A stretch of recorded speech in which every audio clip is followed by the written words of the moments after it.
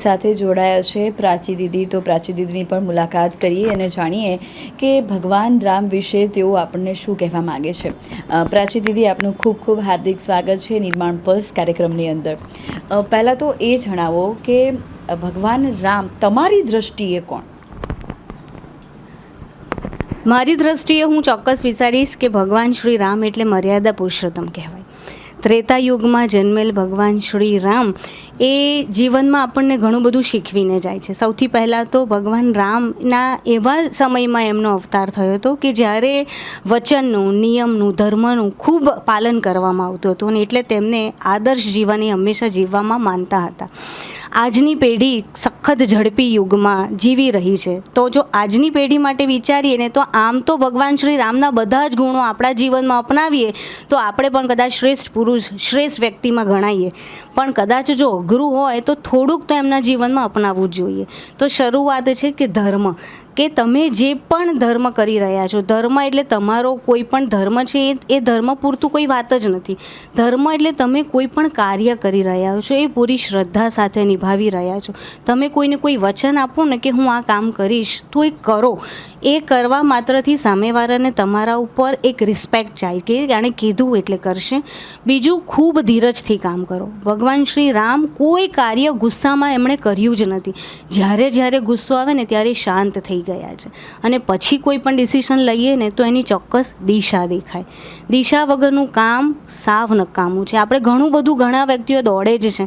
આપણે બધાએ કદાચ સ્વામી વિવેકાનંદજીનું આ સાંભળ્યું હશે, ઉઠો, જાગો, ધ્યેય પ્રાપ્તિ તરફ આગળ વધો, પણ ભગવાન શ્રી રામ આપણને સમજાવે છે કે જો દિશા ખબર હશે ને તો એ દોડવું નિરર્થક લાગશે। અને બીજું છે કે હંમેશા તમારું મોઢા પર સ્મિત રાખો। ઘણી વ્યક્તિ એટલો બધો ગુસ્સામાં ફરતી હોય ને એને ખબર જ ના હોય, બગવાયેલો એટલો બધો ફરતો હોય છે। ભગવાન શ્રી રામમાંથી અપનાવવા જેવી એક ખૂબ સરસ વાત કે તમે જો રામાયણ ક્યાંક પણ જોઈ હોય, સાંભળી હોય તો જોજો કે ભગવાનના આખા મુખ મુદ્રા પર હંમેશા સ્મિત હોય છે। સામેવાળો ગમે તેટલો ગુસ્સામાં હોય પણ જો તમે તમારું હાસ્ય, તમારું સ્મિત તમારા મોઢા પર રાખશો ને તો 80% એનો ગુસ્સો, એની વાત કરવાની રીત તમારા મોઢું જોઈને બદલાઈ જ જશે।